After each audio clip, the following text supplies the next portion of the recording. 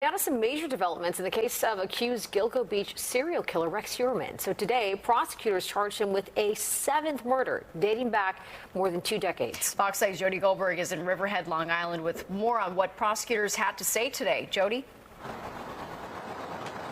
Bianca, Natasha, prosecutors say it was a hair found on Mack that almost perfectly matched the DNA profile of Heuermann's family. He was initially charged with the murders of 3 women, a 4th later on, a 5th and 6th just months ago, and now today is 7th. The question many are wondering, how many murders is he responsible for?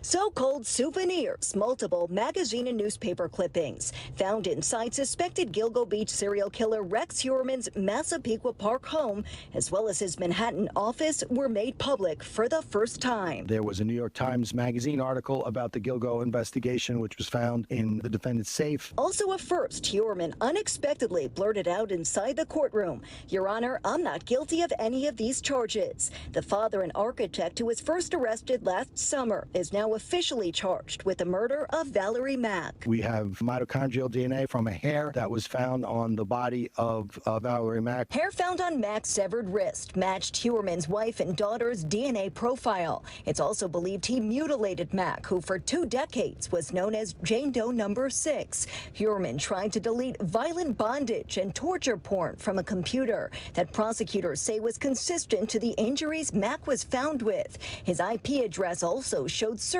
for her murder. A planning document listed Mill Road, where she was found, as a dump site, and records show a plumber was called in to check his mainline drain after she was killed. All of those things evince a certain mental state and intent. Heuermann's now charged with the murders of 7 women, all sex workers. Hair on 6 of them have been linked to him or his family. His attorney, Michael Brown, continues to cast doubt on the evidence. There's no evidence that any of the victims' DNA is on anything in that home, but rather they're relying on the cutouts of articles from the New York Post and People magazine. While Mack's family didn't speak, the district attorney says it's a step in the right direction. They're very grateful for the small bit of closure that the task force has been able to provide. Attorney Gloria Allred represents several of the victims' families. They all support the Macks, handing out roses to show their sympathy. None of the victims deserve to die.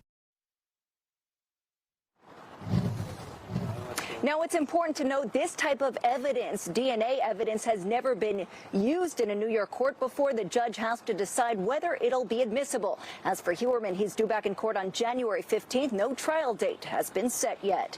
In Riverhead, Long Island, Jodi Goldberg, Bianca, Natasha, let's send it back to you. All right, Jodi, thank you so much.